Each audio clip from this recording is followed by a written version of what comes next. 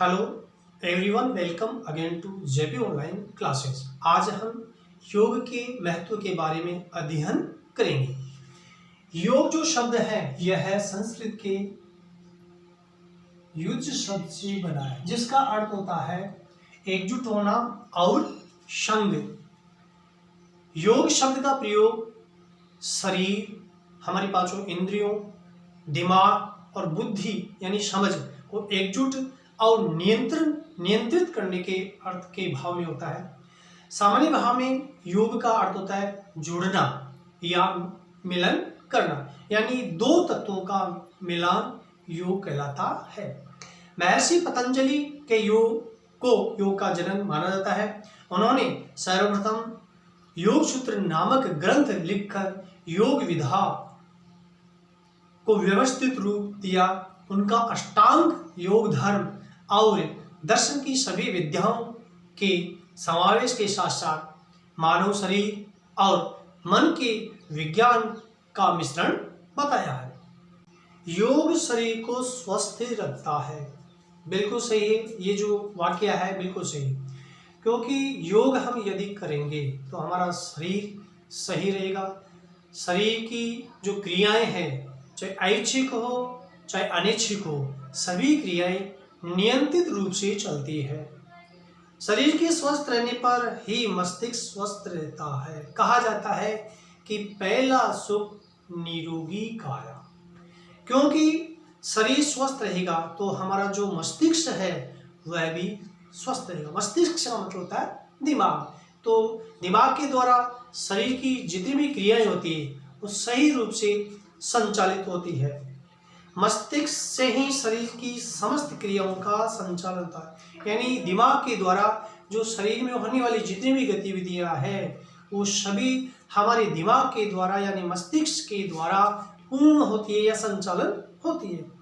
शरीर के स्वस्थ और तनाव मुक्त रहने पर ही सारी क्रियाएं भली प्रकार संपन्न होती है। कहने का मतलब होता है यदि हमारा शरीर सही है, स्वस्थ है, तो हम तनाव मुक्त रहेंगे, अर्थात भय, चिंता आदि से दूर रहेंगे और हमारे द्वारा की जाने वाली जितनी भी क्रियाएं हैं वो पूर्णतया ठीक तरह से संपन्न हो सकती है।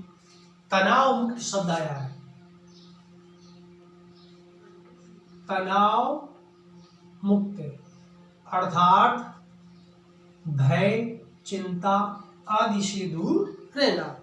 इस प्रकार हमारी शारीरिक, मानसिक, बौद्धिक और आत्मिक विकास के लिए योगासन अति आवश्यक है। बताया जा रहा है कि शरीर से संबंधित, मन से संबंधित, बुद्धि से संबंधित और आत्मिक विकास से ही जो हमारा योग है बहुत ही अति आवश्यक है, क्योंकि शारीरिक, प्राणिक, बौद्धिक आदि जो क्रियाएं होती है वो योग के द्वारा ही ठीक तरह से संचालित हो सकती है।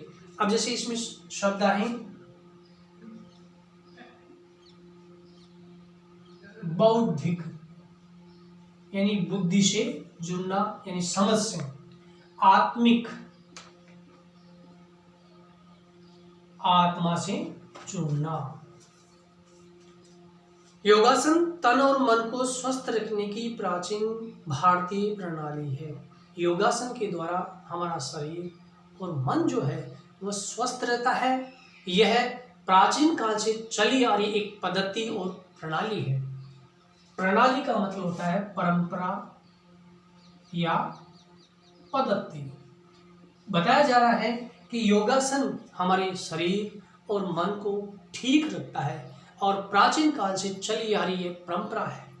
लोग प्राचीन काल से ही और योग करते आ रहे हैं। शरीर को किसी ऐसे आसन या स्थिति में रखना, यानी कोई भी आसन करते हैं तो एक स्थिति दी जाती है, एक दशा दी जाती है जिससे स्थिरता और सुख का अनुभव हो, योगासन कहलाता है। यानी शरीर को एक ऐसी आकृति दी जाती है, एक दशा दी जाती है जिसके तहत और शरीर में एक स्थिरता अर्थात मन का एक जगह रहना और सुख का अनुभव होना ही योगासन कहलाता है। स्थिरता का मतलब होता है तल्लीन होना या मन का एक जगह होना। कहने का मतलब होता है कि शरीर को योगासन के रूप में एक ऐसी आकृति दी जाती है, ऐसा स्वरूप दिया जाता है जिसके कारण से हमारा मन एक जगह रहता है और एक सुख का अनुभव होता है। इसको योगासन कहा जाता है। योगासन शरीर की आंतरिक प्रणाली को गतिशील करता है। कहने का मतलब होता है योगासन है जो हमारे शरीर की अंदरूनी जो जितनी भी क्रियाएं हैं, गति है, उसको संचालित करता है। शरीर में होने वाली जितनी भी क्रिया है, प्रतिक्रिया है, उनको ठीक करता है। आंतरिक शब्द आया है आंतरिक, अंदरूनी अर्थात शरीर के अंदर। गतिशील, गति में, अर्थात योगासन है शरीर में होने वाली जो अंदरूनी जो मामले हैं, परंपरा है, पद्धति है, उसको, और इसके अलावा जो गति है उसको ठीक करता है।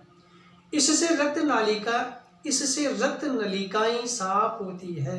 अर्थात जैसे हम शरीर योगासन करते हैं, योग करते हैं, तो शरीर में जितने भी हमारे खून जो बहता है, छोटी छोटी नलिकाएं होती है जिनको कहा जाता है तंत्रिका तंत्र।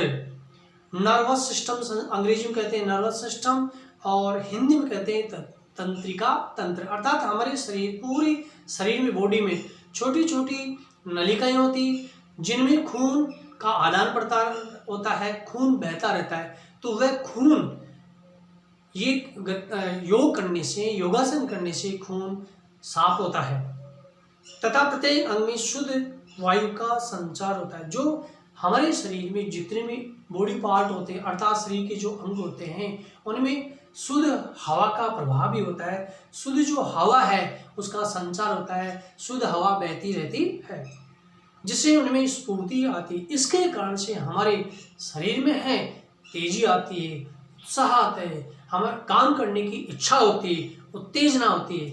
स्फूर्ति शब्द, इसका अर्थ होता है तेजी, फूर्ति, उत्तेजना, उत्साह है, काम करने की इच्छा पैदा होती है। इससे व्यक्ति में उत्साह और कार्य क्षमता का विकास होता है तथा एकाग्रता आती है। कहने का मतलब होता है कि जैसे हम व्यायाम करेंगे, योग करेंगे, योगासन करेंगे, तो हमारे जो अंदर रक्त की जो नलिका है वो साफ होती है, शुद्ध वायु का संचार होता है, काम करने की इच्छा होती है, साथ में उत्साह होगा और कार्य करने की जो क्षमता है वह भी हमारे में बढ़ती जाएगी। साथ में हमारा जो मन है या हमारा ध्यान है, ध्यान पर भी हमारा नियंत्रण रहेगा। एकाग्रता से व्यक्ति को किसी भी कार्य को संपादित करने में आसानी होती है। यानी जैसे हमारा जो ध्यान है एक जगह रहेगा तो हम किसी भी कार्य को ठीक तरह से संपन्न कर सकते हैं। हमारा ध्यान एक जगह रहेगा, एक जगह होने से कोई भी कार्य होगा हमारे सामने, किसी प्रकार की चुनौती होगी, उस चुनौती को पूर्ण तरह से हम पूरी कर लेंगे। एकाग्रता शब्द आया है,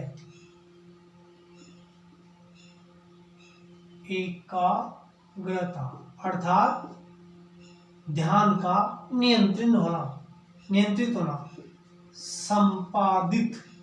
संपादित का मतलब होता है पूर्ण होना।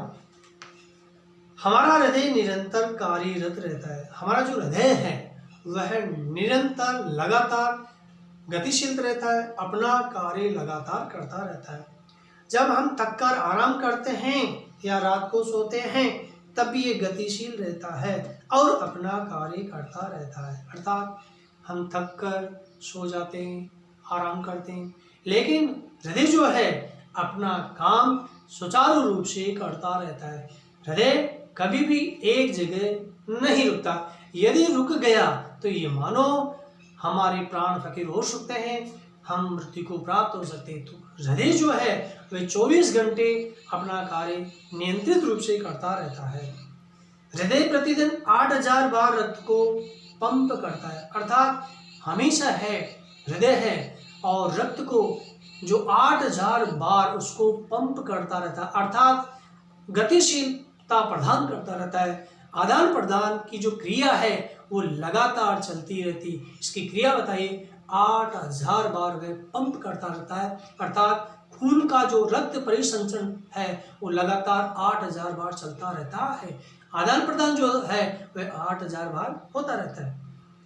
उसकी ये क्रिया जीवन भर चलती रहती है, ये कभी भी बीच में नहीं रुकता। जब तक हमारे में शरीर में प्राण है, ऑक्सीजन है, हम श्वास ले रहे हैं, तो हृदय की जो गति है कभी भी रुकती नहीं है। यदि हमारी रक्त नलिकाएं साफ होंगी तो हृदय को अतिरिक्त श्रम नहीं करना पड़ेगा। कहने का मतलब है, यदि हमारी जो रक्त नलिकाएं होती है, अर्थात जिनमें खून आता और जाता है, यदि वो साफ होगी तो हृदय को अत्यधिक रूप से मेहनत करने की आवश्यकता नहीं होगी। इसके अलावा जो परिश्रम करना होता है वो नहीं करना पड़ेगा। श्रम का मतलब होता है मेहनत,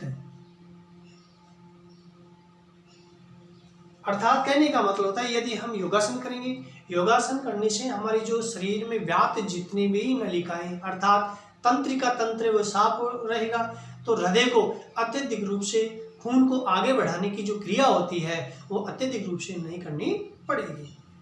इससे हृदय स्वस्थ रहेगा और शरीर के अन्य अंगों को शुद्ध रक्त मिल पाएगा, अर्थात इसके कारण से हमारा हृदय स्वस्थ रहेगा और शरीर के जो अन्य अंग है वे भी स्वस्थ रहेंगे और उनको शुद्ध और सात्विक जिसे कहते हैं या शुद्ध जो खून है वह मिलता रहेगा, जिससे वह स्वस्थ और सबल बना रहेगा। इसके कारण से हमारा हृदय है स्वस्थ रहेगा और मजबूत रहेगा।